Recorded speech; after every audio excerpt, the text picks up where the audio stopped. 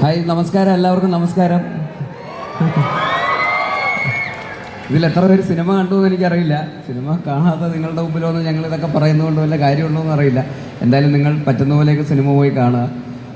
എന്നെ സംബന്ധിച്ചിടത്തോളം ഒരുപാട് സന്തോഷമുള്ളൊരു പ്രൊജക്റ്റായിരുന്നു. കാരണം ജിത്തു ജോസഫ് എന്ന് പറയുന്ന ഡയറക്ടർ സിനിമയെ വിളിക്കുന്നു എന്ന് പറയുമ്പോൾ ഞാൻ വിചാരിച്ചു കുറച്ച് ത്രില്ലർ സിനിമയൊക്കെ ആയിരിക്കും എന്ന് വിചാരിച്ചിരിക്കുകയായിരുന്നു. അപ്പോൾ അങ്ങനെ കൊലപാതകമൊക്കെ ചെയ്യാൻ വേണ്ടി റെഡി ആയിട്ടിരിക്കുമ്പോഴാണ് കോമഡി സിനിമ എന്ന് പറയുന്നത്.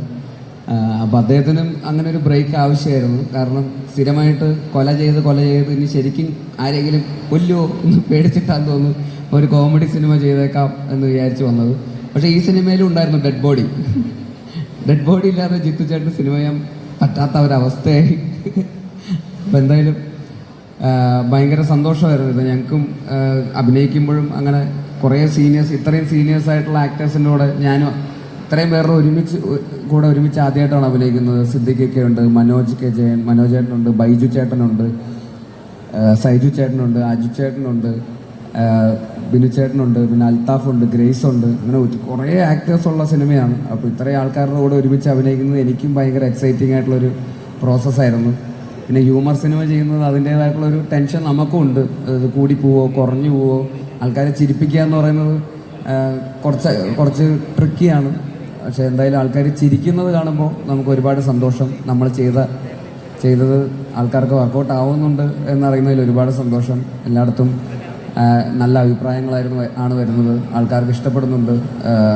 ഹൗസ്ഫുള്ളായിട്ട് സിനിമ എല്ലായിടത്തും കേരളത്തിലുടനീളം ഇപ്പോൾ ഓടിക്കൊണ്ടിരിക്കുന്നു. അപ്പോൾ നിങ്ങളും കാണാത്തവരെല്ലാവരും പോയി സിനിമ കാണുക.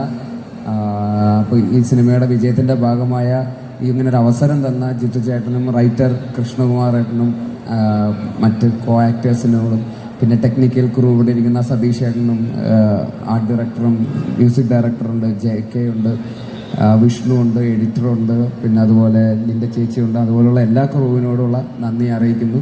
സിനിമ കണ്ട് വിജയിപ്പിച്ച നിങ്ങളിലുള്ളവരോടുള്ള നന്ദി അറിയിക്കുന്നു. ഫോറം മാളിനോടുള്ള നന്ദി അറിയിക്കുന്നു. ഒരിക്കൽ കൂടി താങ്ക് യു സോ മച്ച്.